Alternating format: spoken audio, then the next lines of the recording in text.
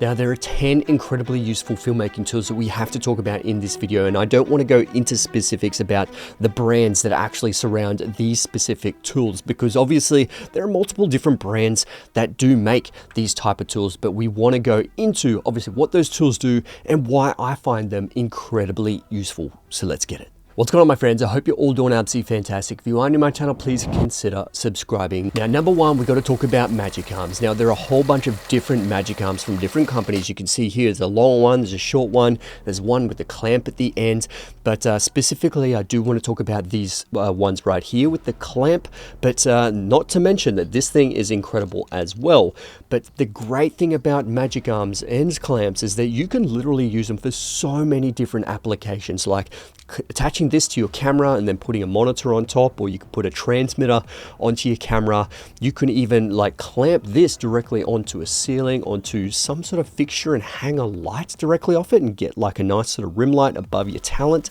But you can also put microphones or even attach a camera to this in a very specific position that you normally wouldn't actually, have the ability to clamp it to anything. And just the clamp alone, it has so much versatility, because this one right here has a 1/4-20 mount, but also a 3/8 mount onto it as well. So you can attach a whole bunch of different fixtures onto it.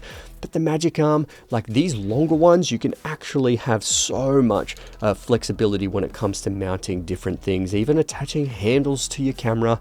So many different reasons to actually have these, and I think you should have at least like half a dozen of these magic arms and clamps in your kit, because trust me, you're going to find so much use for these. And I mean, if you're watching this video, you probably already have a couple of these in your kit and you're using them for so many weird, different, exciting things. Now, also, I will put a whole bunch of links in the description below so you guys can check out the magic arms and clamps and all the other pieces of filmmaking gear from different brands as well. Not very specific to one brand. It's mainly about the tool and not about the brand. Now, next one, I don't want to dive in too much, but when it comes to filmmaking gear, a good 10-bit camera and autofocus can go a long way. Specifically, if you are into, wedding filmmaking, real estate, documentary, social media content, some small commercials, autofocus is incredibly important.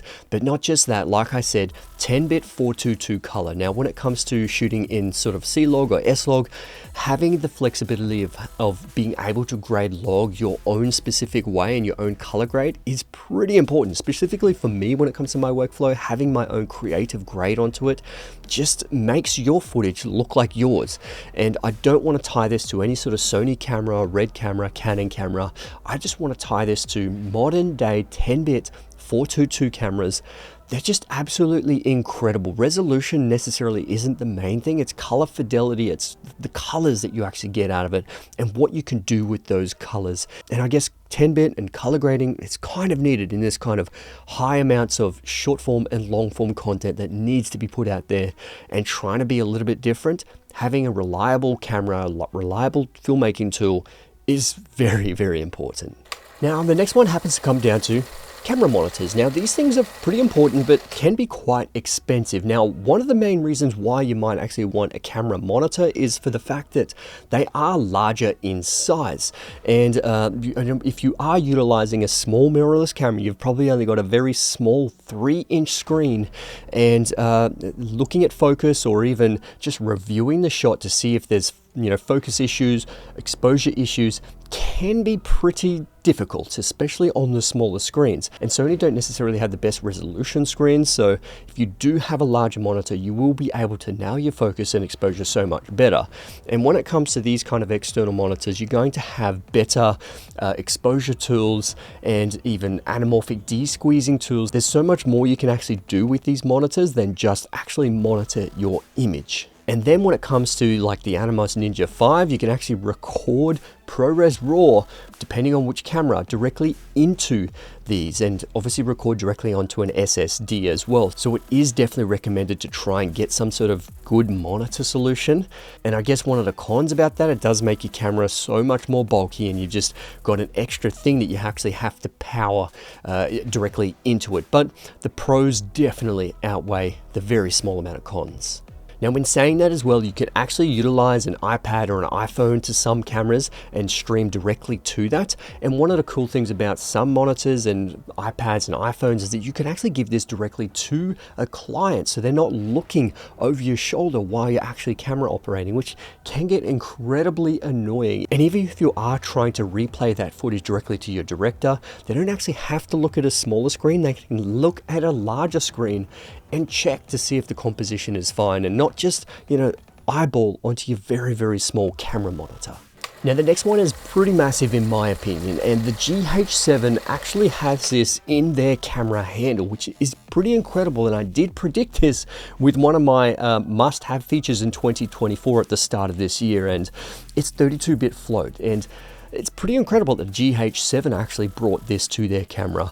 But having some sort of wireless device or any kind of recorder for 32-bit float is pretty game-changing. That's not a word that I want to use lightly here. 32-bit float, if you already have one, you know how important 32-bit float is. Essentially, you cannot clip the audio. So the audio that you guys are listening to as well is 32-bit float recorded into my Zoom F3. So that is a large, not a large, it's actually quite small. There's a little box that accepts 2 XLRs into it, and I can actually get really nice high quality audio directly into that. It's great for interview situations, but also these smaller devices, DJI, Rode, and a couple of other brands offer 32-bit float directly into their small devices, which is pretty incredible, and it just makes recording audio so much easier and obviously give you less stress, because if you ruin the audio on some talking head pieces and you cannot go back, I mean, that does suck. And it's happened to me a few times before where there has been a few situations where the person's talked a little bit loud or laughed and clipped the audio and it doesn't sound pretty. Majority of normal people probably won't even notice, but filmmakers and people who actually have that ear where they can actually hear, clipped bits of audio, then yeah, that kind of sucks for them. But it's just something that a lot of camera manufacturers and audio suppliers really should be investing in, because 32-bit float audio is definitely one of the best features that has come in 2024. Now, just a little bit of a subtopic to 32-bit audio, having a really good microphone is obviously important, and we all know this, and you can get some pretty good Sony microphones that fit directly on top, that's wireless. You can get some really nice podcast microphones like this Shure SM7B. There's so many different microphones out there that it's pretty insane, but it really does just come down to having the microphone as close as possible to that speech bubble area, and a really nice sort of room that you're actually recording in that doesn't have too much reverb and bounce. That's the most important thing when it comes to recording audio. And when it does come to talking head pieces like this, I've got the Shure SM7B, but I also utilize this. This is the Sony S1, ECM S1. It's an incredible microphone. It's not 32-bit audio, but what it does is actually wirelessly transmits this directly to the top of my camera and puts the audio directly in, so I don't actually have to sync it in post-production. And the audio quality that you get out of this is pretty incredible. I actually recorded my whole color grading course directly with this podcast microphone. I think this design is definitely what other companies should be looking at getting into. Now, the next one is pretty important, and I stress it all the time, and that happens to be really good lighting, and very specifically kind of like having a really nice powerful key light, because if you just have one light, that's pretty important, because you can put it into a whole bunch of different situations and utilize it for a key light. You can utilize it for something to bounce off, just to create a little bit more ambience. Obviously multiple lights definitely do help, but having one key light definitely is the bare minimum. And I've got just a very, very small 200 watt light directly onto my ceiling, bouncing off my curtain straight onto my face, and it's giving me nice soft light. And having a large diffusion sheet or having a softbox, a large softbox, will give you a really nice, soft, pleasing light. And definitely lighting is one of the most important aspects when it comes to filmmaking. And we do have to talk about the small lights. This is the Aperture, the Amaran 60X. Now, this thing is really incredible because you can actually mount this anywhere, put it at the top, get some hair light, but I actually did utilize this in an Instagram reel to show you that you can use this for a main key light as well.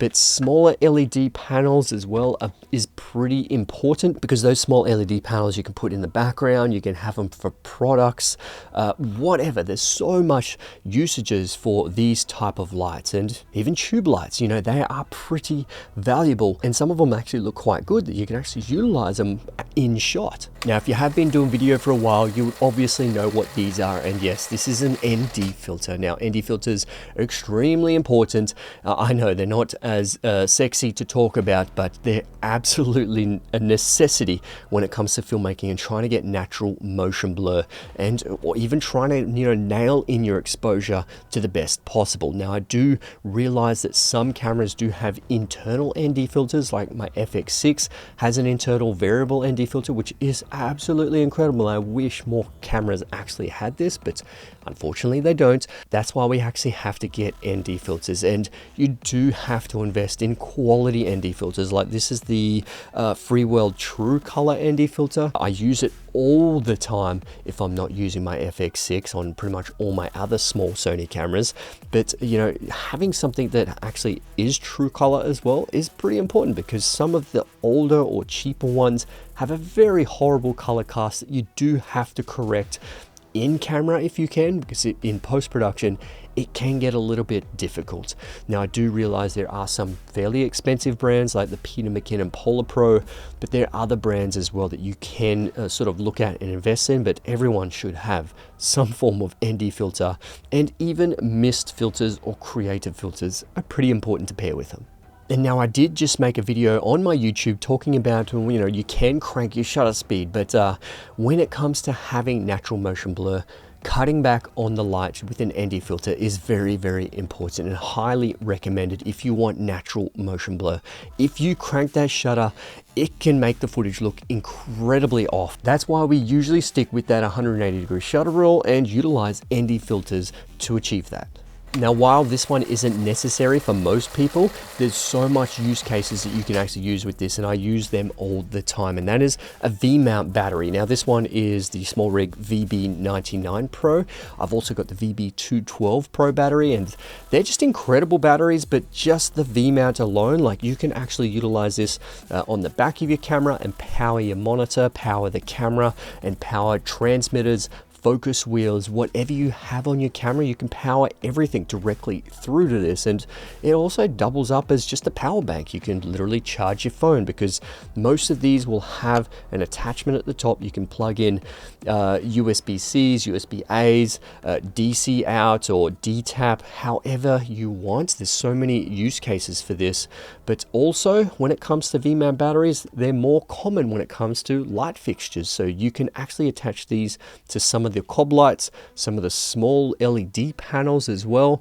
So when it comes to V-mount batteries, it's one thing that you should be investing in or thinking about investing in. And now when it comes to the modern day V-mount batteries, you can actually charge these directly through to the USB-C port at the top. And that's pretty incredible, because most of my older V-mount batteries, you have to actually carry around a big V-mount charger and plug those directly in there, and they're super loud, have a fan. And these ones, you just plug directly into USB-C, and that's pretty incredible, and highly recommend getting some nice new V-mount batteries that actually offer those. Now, the next one is a toolkit, and not just a regular toolkit, but you've got a whole bunch of like APS-C and full frame and micro four thirds sensor swabs, so you can actually clean your sensor, because it's very important to clean your sensor so you don't have little black dots everywhere and ruin your footage. Then you can actually clean the sensor itself with a rocket blower. You can actually have, I've got a battery powered rocket blower that's actually in my toolkit, and then you've got these things with a whole bunch of brushes that you can use to clean your lenses, clean your camera if you do go into sandy situations or dusty situations. It's just important to look after your gear as best as possible, and having a specific cleaning kit is pretty important. But also, part of the toolkit, you'll need some Allen keys, you'll need, you know, screwdrivers that have specific sizes, because as filmmakers we do tend to rig up cameras a whole bunch of different ways, and you know, having a really decent toolkit is pretty important and absolutely necessary when you are on the job, because you want to be able to change things on the fly. And then part of the job, as you guys know, that the client actually doesn't see you setting that camera up for literally like a couple of hours before the job. So we're sitting there, you know, building out our cameras to that specific job to make sure that we, you know, our workflow is going to be absolutely flawless on the day. And having toolkits at least at home is pretty important. Now, the last one, in my opinion, is very necessary and applies to a whole bunch of different batteries, and that is dual chargers. At least a dual charger, at least a single charger. Now, Sony cameras don't actually come with chargers these days. They literally give you a USB-C cord that you could potentially just charge it through the USB-C and leave it in the camera. But if you do want multiple batteries, then you're gonna have to get, you know, a dual charger. And I've got this one here by Peter Lindgren. It actually is a 3 battery charger, and it actually gives you 3 SD cards and 3 Type A cards and 2 micro SD cards that you can put in the top. And I'm pretty sure he's made this for Canon and Nikon as well. I think, check on his website, but having a charger like this is incredibly important. And this one here is the Sony NPF batteries. Now, there are monitors and there are cameras and there are specific filmmaking tools that still utilize the NPF batteries, and having a dual NPF battery charger, very, very important. I'm not sure if they make a triple charger, but at least having the ability to charge your things at multiple batteries at once is definitely crucial, especially when it comes to time on set. So that's all the gear that we're going to be talking about today. But like I said, I didn't want to go into specifics when it came to brands, but I did just want to show you guys the very specific tools that I find incredibly useful and I use a lot. And most of these I use pretty much daily, and the links will be in the description below if you do want to check these out. But if you haven't got any of these, highly recommend check them out, because some of these are pretty game changing and definitely help your workflow when it comes to filmmaking. So thanks guys for watching. I'll see you guys in the next one. Let's get it.